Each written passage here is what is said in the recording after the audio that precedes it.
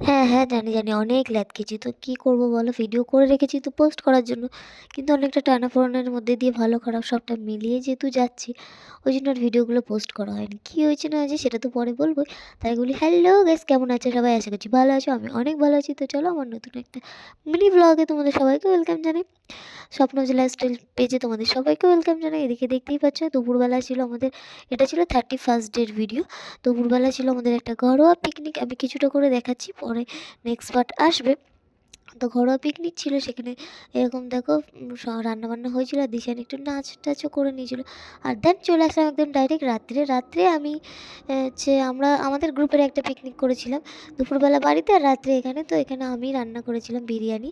তো কেমন হয়েছে না হয়েছে সেটা তো তোমাদেরকে নেক্সট পার্টে বলবো। আর মোটামুটি খারাপ হয়নি, খাওয়া গেছিলো। তো যাই হোক, এখানে দেখতেই পাচ্ছ আমাদের বাড়িতে উঠোনে রান্না করছিলাম। আর এখানটায় বাইরে রাস্তার মধ্যে লাইট টাইট লাগানো হয়েছিল। আর হচ্ছে বক্স, যেই দুটো বক্স ছাদে দেখলে না বড়, ওই দুটো পরে লাস্টে আনা হয়েছিল। তো কীভাবে কী এনজয় করলাম না করলাম সেটা দেখতে হলে আমার চ্যানেলটাকে ফলো করতে হবে আর আমার পাশে থাকতে হবে।